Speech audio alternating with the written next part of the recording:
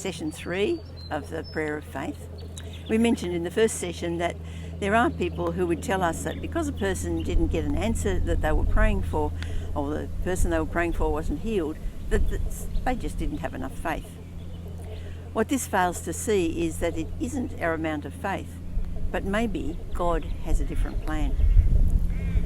If our loved one dies despite so many people praying for their healing, it means that God was using this for a different purpose. John 12:24, Jesus said, "Very truly I tell you, unless a kernel of wheat falls to the ground and dies, it remains only a single seed. But if it dies, it produces many seeds." Now, this is obvious to us. We know how seeds work.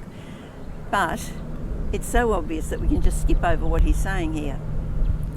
What he's saying here is there's a choice. Either the seed can remain a seed, or it can die and be the means by which many, many more seeds are produced. And that situation can happen in our lives. Something needs to be let go so more can come from it. Years ago, there was a missionary in India who took his 2 boys camping and left his wife and daughter at home. And he and the boys were attacked by a Hindu mob and burned to death. Now, the wife and daughter decided to stay on and continue the ministry there, but not just that. They publicly forgave the people who had been so cruel. And that hit the newspapers right across India. And the result was that a huge number of people gave their lives to Jesus. A terrible thing to happen, but it was the seed falling to the ground and producing many, many more seeds. John 12:27-28. Jesus is talking to his disciples about his coming death, and he says this, "Should I pray, 'Father, save me from this hour'?" And it sounds like he's thinking aloud. "No, it was for this very reason that I came." And so his prayer was, "Father, glorify your name." He'd come to a place of choice. He could have prayed to be saved, and probably legions of angels would have rescued him and perhaps wiped out all the people who had arrested him.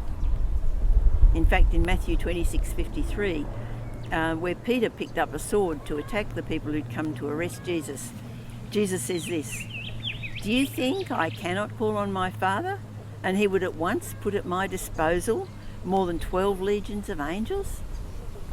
Jesus knew he had that alternative of asking to be saved from this, but he chose the way that would lead to salvation for anyone who believed. One seed fell to the ground so that many could be produced. The best prayer in any occasion is, "Father, glorify your name." We can pray for miracles to occur, but the motive needs to be that this miracle will somehow advance the kingdom of God.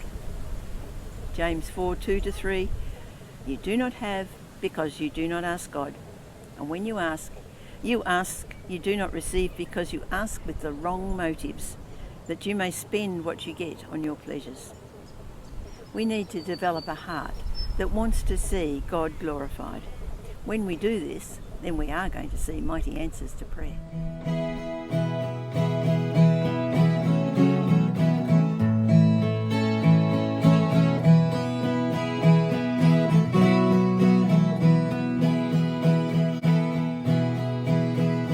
How deep the Father's love for us, how vast beyond all measure, that he should give his only Son to make a wretch his treasure. How great the pain of searing loss, the Father turns his face away, as wounds which mar the chosen one bring many sons to glory.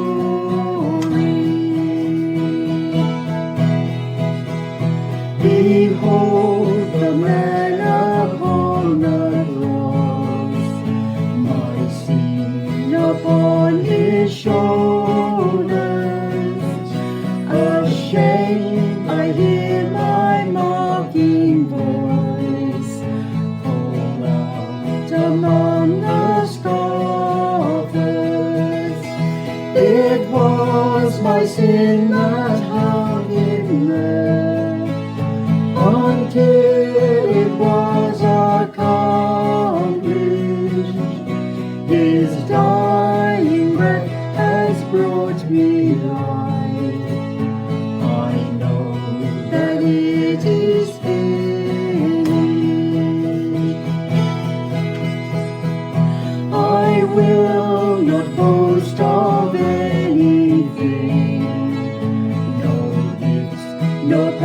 knowing